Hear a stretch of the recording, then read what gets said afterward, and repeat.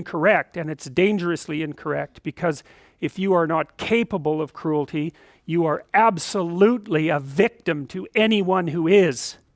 And so part of the reason that people go watch anti-heroes and villains is because there's a part of them crying out for the incorporation of the monster within them, which is what gives them strength of character and self-respect, because it's impossible to respect yourself until you grow teeth. And if you grow teeth, then you realize that you're somewhat dangerous, or maybe somewhat seriously dangerous, and then you might be more willing to demand that you treat yourself with respect and other people do the same thing. And so that doesn't mean that being cruel is better than not being cruel. What it means is that being able to be cruel and then not being cruel is better than not being able to be cruel. Because in the first case, you're nothing but weak and naive.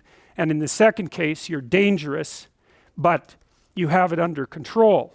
And a lot of martial arts concentrate on exactly that as part of their philosophy of training. It's like, we're not training you to fight.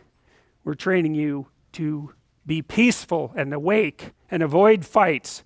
But if you happen to have to get in one, and I guess the philosophy also is that if you're competent at fighting, that actually decreases the probability that you're going to have to fight, because when someone pushes you, you'll be able to respond with confidence, and with any luck, and this is certainly the case with bullies, with any luck, a reasonable show of confidence, which is very much equivalent to a show of dominance, is going to be enough to make the bully back off.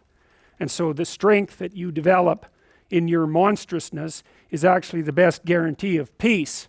And that's partly why Jung believed that it was necessary for people to integrate their shadow.